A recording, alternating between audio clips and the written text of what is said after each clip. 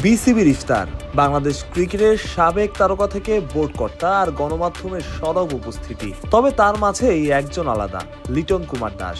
কারণ তখন পর্যন্ত ইফতারে এখন ক্রিকেট খেলছেন এমন ক্রিকেটারই ছিলেন একজন, সেটাই লিটন। ততক্ষণে তিনি হয়ে গেছেন মধ্যমণি। পরে ইফতারে অবশ্য যুক্ত হয়েছিলেন নুরুল হাসান সোহান। লিটনকে ইন্ট্রোভার্ট বলেই লোকে চেনে, তবে এমন একটা প্রোগ্রাম যেখানে কোনো বর্তমান ক্রিকেটারই আসেননি। যে দুজন এসেছেন তাদের একজন আবার লিটন। অনেককেই অবাক করেছে। অনেকেরই ভাবনা লিটনই বাংলাদেশের নতুন টি-20 ক্যাপ্টেন হচ্ছেন, নিজের গন্ডি থেকে বের হচ্ছেন, সবকিছু গুছিয়ে নিচ্ছেন, আর একটু এক্সট্রোভার্ট হচ্ছেন। যদিও এদিন ডিপিএল এর 3 ম্যাচ বিসিবির ইফতার মাহফিলে ক্রিকেটারদের উপস্থিতি কমের বড় একটা কারণ। লিটনকে প্রোগ্রামের বড় একটা সময় দেখা গেছে সিনিয়র অ্যাসিস্ট্যান্ট কোচ মোহাম্মদ সালাউদ্দিনের সাথে। বলা হয় ঢেকি স্বর্গে গেলেও নাকি ধান ভাঙে। লিটনের আলোচনার টপিকও যে ক্রিকেট তা বুঝতে কষ্ট হয় না। লিটন আর সালাউদ্দিনের আলোচনাও চলেছে বেশ অনেকক্ষণ।